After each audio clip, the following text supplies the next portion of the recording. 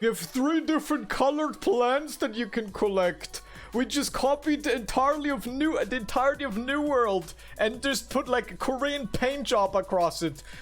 You can explore and you find a big labyrinth, and then you can jump over like 5 stones to it, and then you can finally open the chest with some trash in it where you can just craft something better anyways. What are we doing? What are we doing?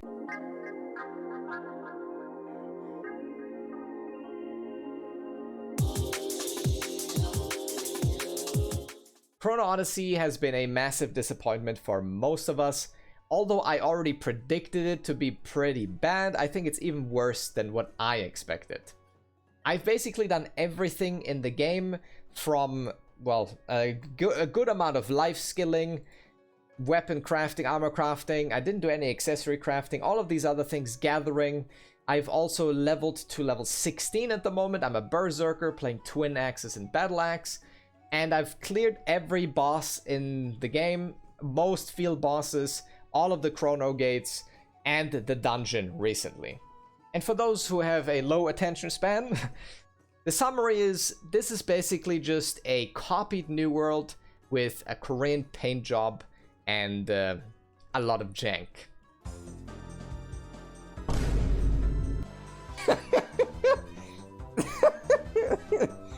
This is some trash. But let's get right into that, into the New World copying. The first thing is probably gathering, which a lot of people praise the New World because it was quite enjoyable. So if I walk up to this young tree and I start logging, very similar approach to New World, how it looks UI-wise, but there's one crucial factor that they left out for some reason. So when I finish logging, also when I finish being on fire by lightning bolts randomly, as you saw right there, there was no experience gain shown on the screen. I'll show you again.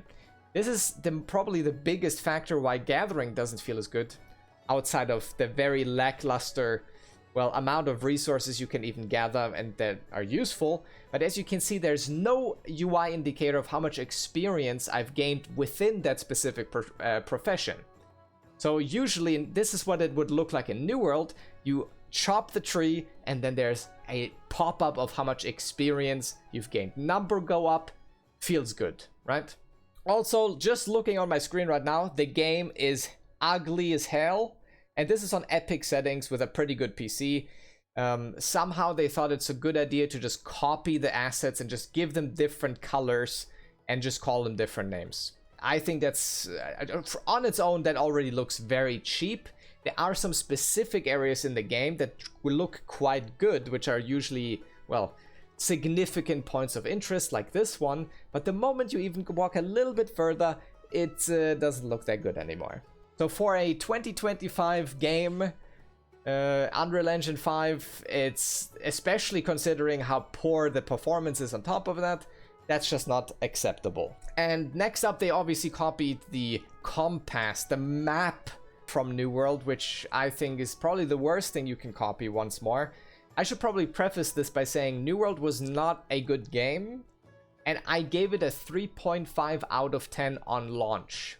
So for me, it's even more shocking that a company decided to almost completely copy the game and just make it worse, right? So getting into the compass, it's really annoying to navigate. There's a lot of bugs with it. Often quests don't show up on it. Well, quests often don't even show up on your whole map, right? Like, as you can see right now, I'm tracking a bunch of quests. None of them I don't even see on my map anymore because it's bugged. And this goes for almost every piece of UI in this game.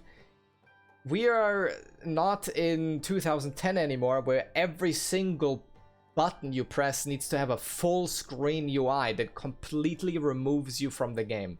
And the worst offender of this is the minimap missing, because if you are following a certain quest line, you open the map, you have to zoom in most of the time because it starts out zoomed out to the max and you can't see anything, and it just completely disrupts your gameplay.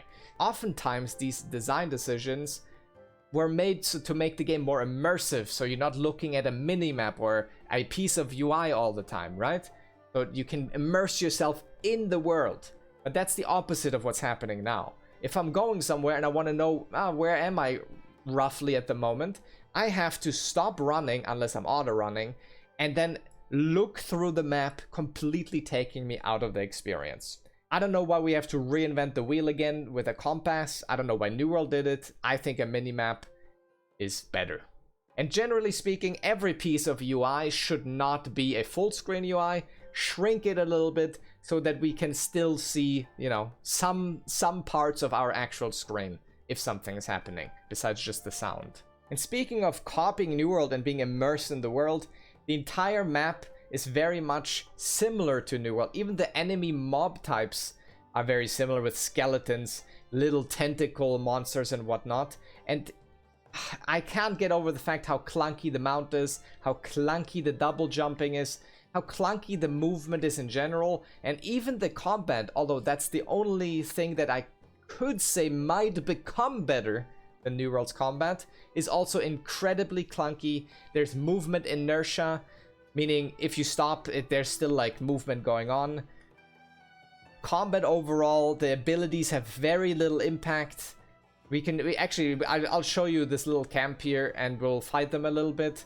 Just attacking the monsters doesn't have any impact. One big reason for that is that there's no direct hit staggering. New World has that on a lot of hits, a lot of buttons, hit stagger monsters. Chrono Odyssey basically has 0 CC in most cases. Only specific abilities do CC. And in PvP, it's even lowered. So you can't do combos, you can't do any of that. But we'll get into the PvP in a second. One more thing is, auto attacking can be cancelled by dodging, but any other ability like this, for example, I can spam, I can move my camera as much as I want, nothing will move. So it's very stiff in that regard.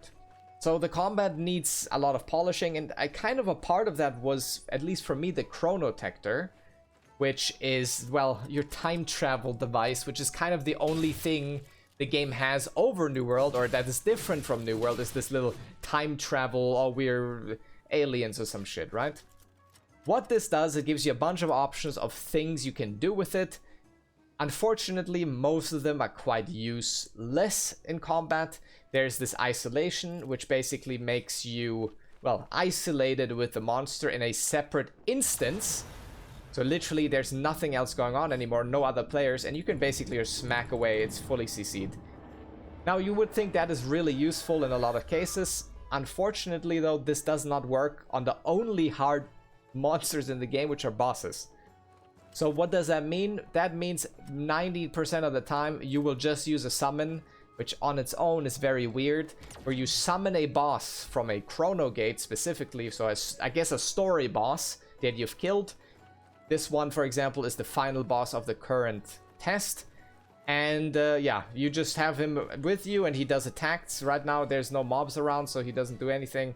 But that's basically all you can do to add a little bit more damage to your boss fight experience. And that's what most people will do and are doing, which makes bigger boss fights and field bosses a complete clusterfuck of summons, and like you can't even see what's going on anymore. So this entire Chronotector thing, there's some like interesting things like, you know, time travel backwards. That's has been done many times before, and it can probably have its uses, but overall it's not very impactful, and I wouldn't say this makes it unique enough in comparison to New World, because it's kind of the only thing outside of the aesthetic. Right here you can see a little bit of a field boss fight, for example. The boss has a little bit of a stagger bar. You can already see all of the fucking summons hitting the mob. And as you can see, it's, as every field boss in any video game ever, it's just a meat grinder. You just run in, there's a fuckload of people, you kill the boss, you get some trash that you don't need, and you move on. There's no creativity here, it's the same thing as everywhere else. And just to showcase how much they've copied New World, you remember this? Anyone who's played New World can immediately tell what that is. In New World, there was something called chest runs, where these random chests with trash and loot in them most of the time were scattered around areas, and you had to, well, kind of engage with it, especially in the end game, to farm better gear, because it it gives you loot drops, and the more loot drops you get, the higher your item level goes. It was a terrible system, and I hope that is not the same as in Chrono Odyssey's endgame. But as of right now, it seems there's a very direct copying of New World mechanics across the entire game. And just from me walking around the map, you've probably already noticed there's a general lack of polish and lighting bugs and all of that, although it's not really that big of a deal. But some of those bugs do create game-breaking exploits, like this funny one that I noticed yesterday.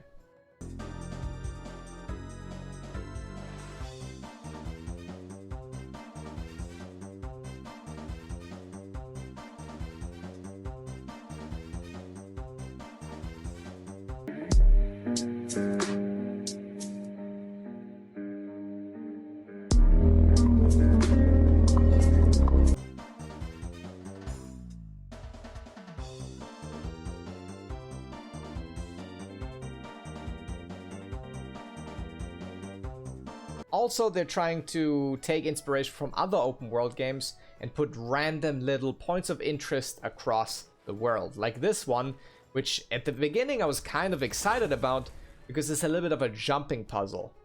So basically you talk to this thing and there's some stones that get pushed out of the ground and you have to climb this with the clunky vaulting system and until you get to the very top and open the chest.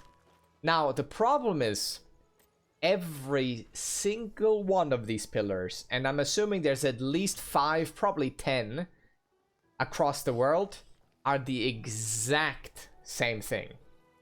So it's not even there's, oh, that's more interesting or whatever. No, it's the same thing. And then you also have the labyrinths, which are little puzzles. I can tell you these ones are also either super boring and insulting to anyone's intelligence, to the point where probably my little dog could solve them, or they're so annoying that it's not fun to do at all, and even the rewards at the end are worthless 90% of the time. Speaking of rewards, I can also show you my gear real quick. I have done the full current content that you can do, including the dungeon. I'm equipment score 20, and my weapons are both crafted. And there's a reason for that, because crafted stuff is 99% of the time better than everything else you find in the world. And obviously you can redo the crafts, as in you can just get the materials again and try again and maybe get better rolls, because there's a significant amount of RNG involved in crafting. But as I said, 99% of the cases, all of the exploration they put in here, all of the labyrinths, all of the the one dungeon we can do, bounty hunting, all of those things have worse gear than what you can craft, maybe with the exception of accessories currently. Maybe you find a world boss in the map and he's bugged. There's, by the way, also no option to disable camera shake, for example. Leveling up feels not great because it just gives you a set of stats that you can't choose, unlike in New World, where those stats actually, lead to a build that actually has some significant passive changes to your gameplay.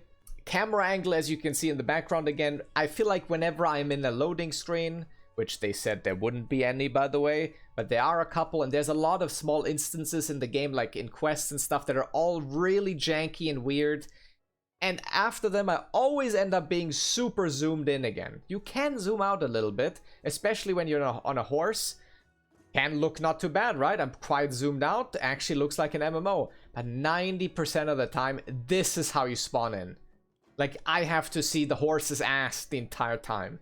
There's also a couple of UI elements that are quite odd. And the biggest one for me that I noticed playing Berserker was shields. So if I press my 4 button on the battle axe, I will get a shield on my health bar.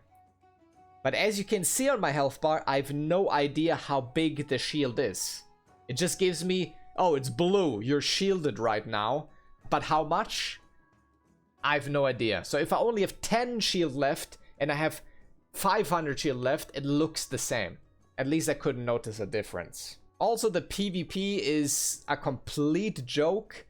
And, well, I can see why they don't really want to focus on it too much.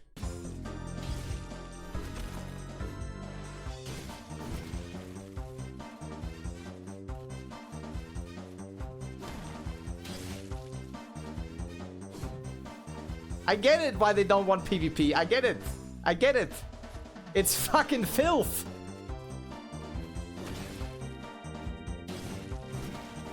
How am I supposed to kill him?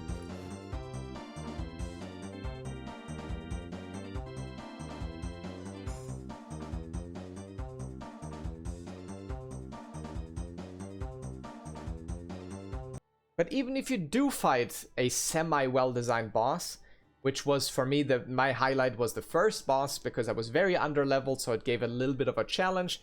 Even that one is janky, and again, the combat doesn't feel that great yet. So even better designed fights aren't that amazing and don't feel as good. And the only other content in the game besides like field bosses and dungeon and chrono bosses are these bounty board. Well, I wouldn't even call them bosses. These are just NPCs. The problem with these also is these are mandatory to do because your bounty level actually gives you stats, permanent stats. So you have to do all of these. It's just a checklist, and you're actively encouraged to look up a guide. Although I didn't, I would highly suggest you would, because most of these are in very odd areas of the map. They always spawn in the same place, but if one dies, you won't even see that it died for a long time, and they have long respawns often. There's this little chronotector thing that they showcased in the trailer, which is called temporal tuning, which is supposed to be like your Witcher senses, where you look around and you see traces and stuff, right? I've done every single one of these bounties, and it took me a while to do them. Let me tell you, there was maybe 1 or 2 where that feature was actually useful. Everyone else, I was wandering around aimlessly. The more people are in the area, the harder it is to find these. So what will end up happening, there will be a guide on, I don't know, Maxroll or YouTube that just shows you the exact location, and you just have to camp them, because everything else is clunky. Also, just FYI, none of these are a challenge. They're all a joke. So it's basically just you're hunting like a random mob in some place. And well, that brings me to, I should have probably started with that, but the character creator. There's a lot of strange things that you can do with it, and well, just literally clicking on randomizer in the character creator once will show you that there's not much immersion being considered here. Like, you go select the character. Let's click random. Let's see what happens. So to summarize, this is basically a Korean console New World clone that is littered with bugs, littered with janky, desyncy problems, and even the systems that they directly copied from New World are somehow worse. With one exception, and that might be the combat.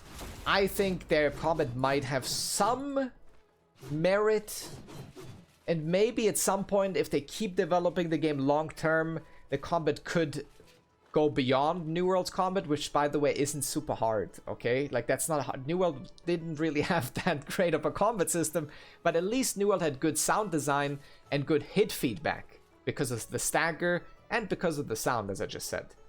So I can see this game in the long run having better combat than New World, but in every other feature, I cannot see it improving that much, because developers have been working on this for quite a while, and if this is the public-facing build that they are proud to share with the world, then I do not have a lot of hope that they can deliver a quality new or next generation MMORPG, as everyone is saying. This is far away from that, like very, very, very far. So to summarize, Chrono Odyssey is a cheap New World copy with bosses inspired by Souls-like games, but your character and your combat and all of the systems basically much closer to New World, and in often cases, worse. With that being said, so far, the playtest, the beta that we are having right now, I would give a 2, maybe a 2.5 out of 10. Obviously, we're only still in the early game, and obviously this is a beta, but without, well, you know, being honest and directly treating it like a full game, you can't really give feedback, and it's really that simple. So that being said, thanks for tuning in. I will probably check out the game again when it's closer to launch, but I do think and predict that it will be delayed and will not release this year as they announced. So that being said, thank you guys for tuning in. Thanks for hanging out. Have a nice rest of your weekend, and I'll see you guys in the next one. Peace.